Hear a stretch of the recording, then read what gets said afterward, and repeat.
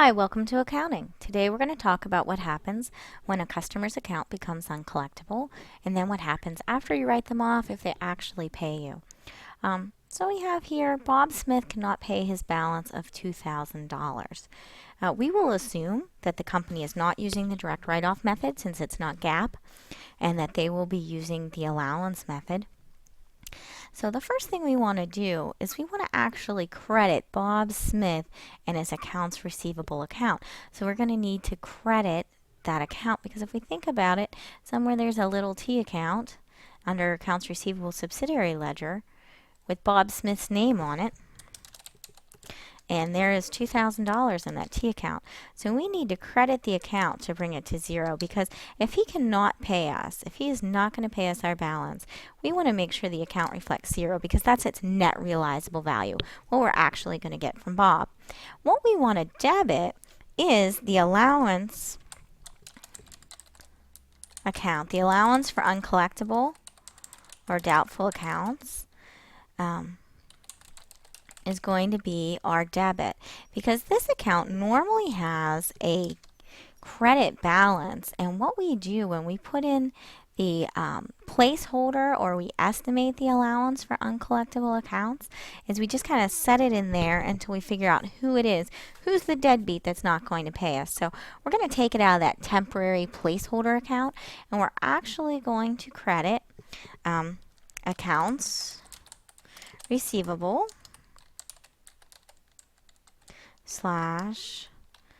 Bob Smith, and we're going to write off his account. We're going to credit it for the $2,000. So that'll show up in both the subsidiary ledger, Bob's subsidiary little ledger, and the control account, accounts receivable. So this takes it out of the temporary control account and says, okay, this is the person who's not paying me. I'm going to write it off. The effect of this transaction has no change to accounts receivable.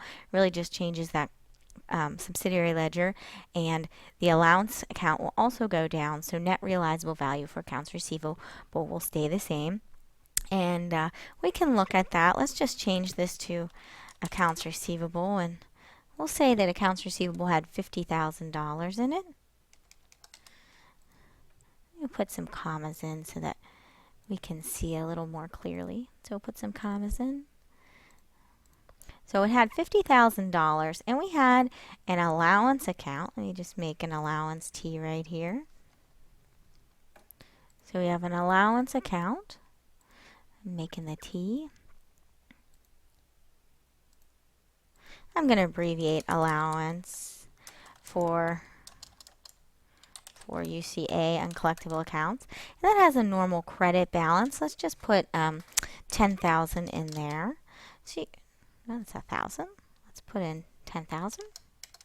So we have 10,000 in there. My net accounts receivable, my net realizable value would be equal to, the 50,000 minus the 10,000. So it would be 40,000. If we take a look here, we now have a credit to accounts receivable for 2,000. My new balance in accounts receivable would be 48,000. And I would also have to debit for this one here, debit allowance for UCA for 2,000. My new balance in that account would be 8,000. If we think about the net accounts receivable balance, it's going to be equal to the 48,000 minus the 8,000. So we're still going to be at 40,000. So it just takes it from our placeholder account and says, okay, yes, I'm really going to write off that account. Now what happens occasionally when someone is written off is that they actually come back and pay you a portion. And that's not unusual. It seems strange, but it's not unusual because of bankruptcy law. When a customer becomes bankrupt, their account is written off because we do not expect to receive any money from them. But occasionally during the court procedures, the judge will order the person in bankruptcy to pay a portion of their debts to their creditors. So sometimes they'll get some back. So that, although that all seems strange, that it's not very uncommon in the accounting practice because of the bankruptcy law. So the first thing we will do is we need to put accounts receivable back on the books so that we can collect the cash from Bob. So we will put in a debit for accounts receivable Bob Smith for the $500 that he's paying us. And then we need a credit account. We don't want to record revenue because we're not really earning anything. We just are receiving this cash from Bob that he owed us from a long time ago. So we just debit the allowance for a UCA account, that allowance for uncollectible accounts. That's the common practice, and we will credit it for the $500. And then we have to deal with the fact that Bob actually gave me cash. I'm having cash in my hand that he's given me $500. So I'm going to record the cash as a debit for $500.